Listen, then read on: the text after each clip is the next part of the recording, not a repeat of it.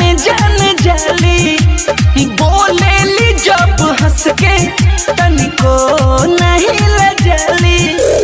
चेहरा से कब उतरे ना, चेहरा से कब उतरे ना इनका मुस्कान। अरे सांवरे बड़ी जान हमारे रोपा तारी धान, सांवरे बड़ी जान आज रोपा तारी धान।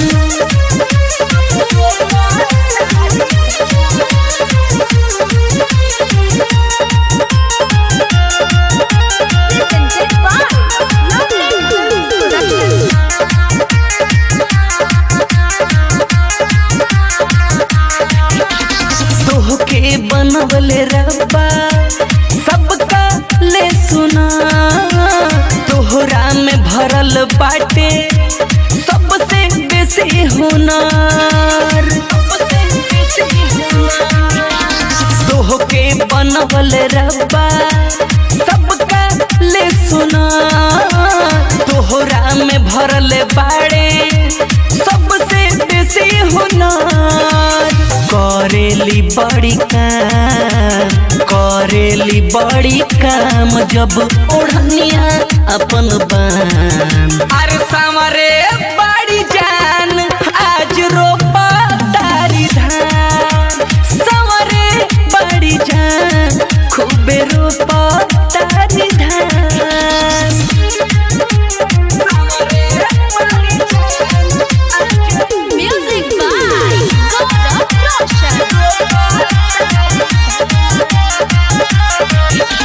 साचे कहीं रे यारवा हम ही ओकर दीवाना, लोभर कमावा करतिया खेतवा में बनी जाना।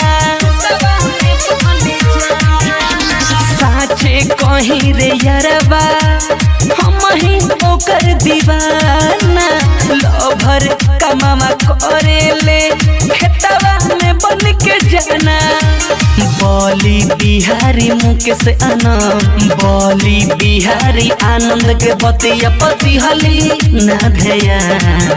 अरे सांवरे हमर जान आज रोपा तारी धान, तुम्हारे को काहे खेतवा में रोपा तारू धान। हथवा में बिया लेके खेतवा में जान जाली बोलेली हमसे हंस के तनिको नहीं लजाली।